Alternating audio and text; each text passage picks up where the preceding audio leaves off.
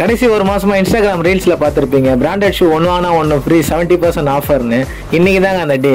இல்ல 10 மணிக்குன்னு சொன்னாங்க, நம்ம அந்த டைமுக்கே போயாச்சு. கூட்டத்தை பார்த்தா ரொம்ப மோசமா இருந்ததுங்க. ரேஷன் கடை விட அதிகமான கூட்டமா இருந்தது. ஆனா அவங்க டைமுக்கு ஓபன் பண்ணவே இல்லை. ஒரு 50 பேரா தான் உள்ள அலோவ் பண்ணாங்க. ஒரு 1/2 மணி நேரத்துக்கு அப்புறமா இவங்க பண்ண ப்ரொமோஷன்ஸுக்கு கூட்டம் நிறைய வரும்னு இவங்க ஆல்டர்னேட்டா தெரியும். ஸோ அதுக்கான ப்ரிகாஷனா ஏதாவது ப்ரீ பிளான்டா பண்ணிருக்கலாம். இவங்க ஃப்ரண்ட் கேட்ல அலோவ் பண்ணாம பேக் சைடு அலோவ் பண்ணிருந்தாங்க. நிறைய ஃபேமிலி வந்திருந்தாங்க, குழந்தைங்களெல்லாம் கூட்டு நிறைய லேடிஸ் ரொம்ப கஷ்டப்பட்டு உள்ள நுழைஞ்சாங்க. ஃபர்ஸ்ட் டே ஃபர்ஸ்ட் ஷோ தியேட்டருக்குள்ள நுழைகிற மாதிரி இருந்தது.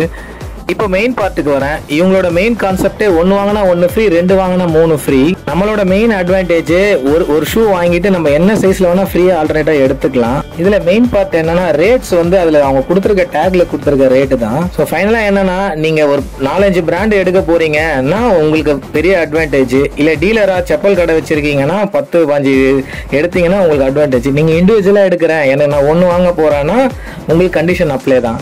மறக்காம நம்ம சேனலை சப்ஸ்கிரைப் பண்ணிடுங்க, அந்த பெல் பட்டனை கிளிக் பண்ணிடுங்க.